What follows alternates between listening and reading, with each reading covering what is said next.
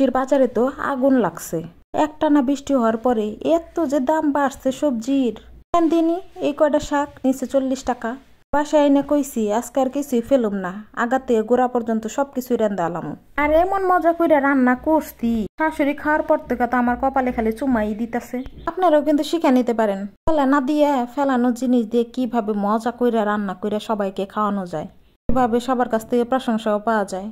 তো আসসালামু আলাইকুম, সবাই কেমন আছেন? আশা করতেছি আল্লাহর রহমতে সকলেই ভালোই আছেন।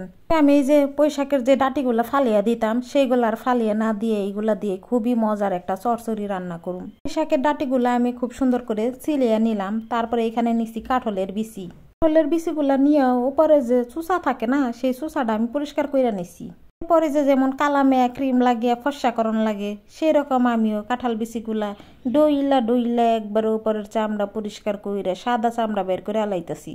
এরপরে করার মধ্যে আমি অনেকটা পরিমাণে সরষের তেল দিয়ে দিলাম। সরষের তেল দিয়ে তার মধ্যে দিয়ে দিলাম কয়টা জিরা ফোড়ন। জিরাটা একটুখানি ভেজে নিয়ে একটু সেন্ট বেরোইলে আমি এর মধ্যে দিয়ে দিতেছি কাঁচামরিচ পেঁয়াজ কুচি। সরষের তেলের মধ্যে কাঁচামরিচ পেঁয়াজ গুলা যখন ভাজা হয়ে গেছে তখন এর মধ্যে আমি দিয়ে দিলাম আদা রসুন বাটা। সবগুলার আমি খুব সুন্দর করে ভাইজা নিতেছি। ভাজা না হইলে আবার যে গন্ধ আসবি না নি, আবার স্বামী খাইতে চাইবে না নি। মশলা যাতে পুইরা না যায় তাই একটু পানিও দিয়ে দিলাম। এরপরে দিয়ে দিলাম 1 চামচ লবণ। তারপরে যে রান্নার বলে যে মশলাগুলো না দিলেই চলে না, সেই মশলাগুলো আমি এখানে কিন্তু দিয়ে দিলাম। হলদের গুঁড়া, মরিচের গুঁড়া, ধনিয়ার গুঁড়া, জিরার গুঁড়া দিয়ে খুব ভালো করে তেলের মধ্যে মশলাগুলো খুব সুন্দর করে কষিয়ে নিলাম। মশলাটা যাতে পুইরা না যায় এর লিগে একটু পানি দিয়ে ঢাকনা দিয়ে ডাইকা খুব ভালো করে মশলাটা কষিয়ে নিছি। এরপর ওই যে আগে থেকে কাঁঠালের বিচিগুলা যে দলা ফকফকা করে রাখছি আর পুঁইশাকের ডাটিগুলা যে কাইটা রাখছিলাম সেইগুলা এর মধ্যে দিয়ে দিলাম। এখন মশলা আর সবকিছু খুব ভালো করে মিশিয়ে নিতেছি। ঢাকনা দিয়ে ডেকে বারে বারে কিন্তু কষিয়ে কষিয়ে রান্না করতেছি। আর এর মধ্যে কিন্তু আমি আরো একটা জিনিস ব্যবহার করব, সেটা হচ্ছে যে ডাল। এইভাবে জিনিসপত্র ফেলে না দিয়ে কে কে এইভাবে চচ্চড়ি করে খান অবশ্যই কিন্তু কমেন্ট করে জানাবেন। এই চচ্চড়িটা রান্না করে শাশুড়ির খাওয়ানোর পর থেকে শাশুড়ি তো মহা খুশি। ফেলে না দিয়ে সেই জিনিস দিয়ে যে এত মজা করে 1 প্লেট ভাত খাওয়ান যায় আগে তো জানতাম না। এরপরে সবকিছু কষানি হয়ে গেলে আমি এখানে ঝুল দিয়ে দিবে নিছি।